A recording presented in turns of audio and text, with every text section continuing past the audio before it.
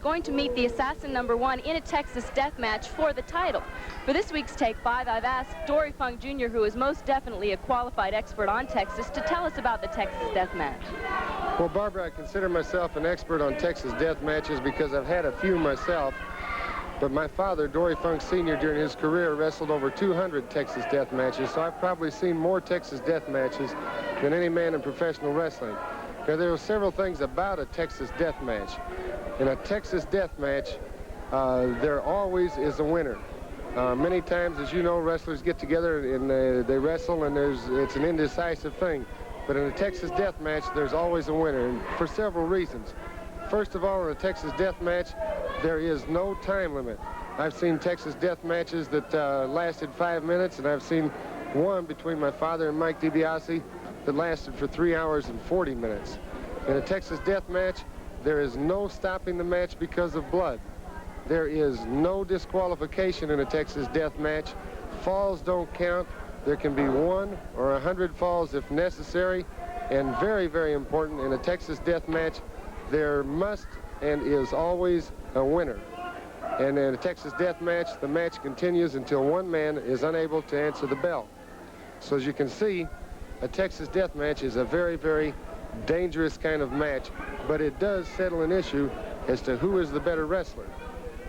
In a Texas death match, a situation cannot occur like happened between the Assassin and Dusty Rhodes. And a match that took place in Tampa, Florida, Dusty Rhodes was wrestling the Assassin, and Dusty Rhodes intentionally got disqualified in a World Heavyweight Championship match. The reason being he was trying to save his World Heavyweight Championship rather than win the match. And there you can see Dusty Rhodes intentionally throw the Assassin over the top rope.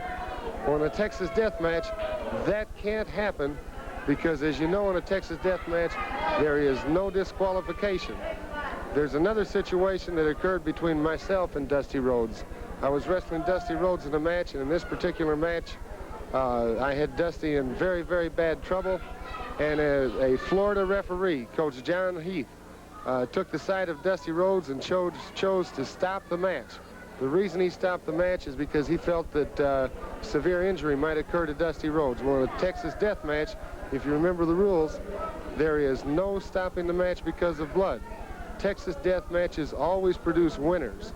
It's kind of my kind of match, and I know that the Assassin and Dusty Rhodes are facing head-on in a Texas death match for the World Heavyweight Championship. It should be something to watch, and as always, Texas death match, gotta be a winner, and you can bet I'll be watching. Well, one way or the other, it's going to settle the problem between Dusty Rhodes and the Assassin #1. We may have a new World Heavyweight Champion after this death match is over. We'll have to see. That's Take 5 for this week.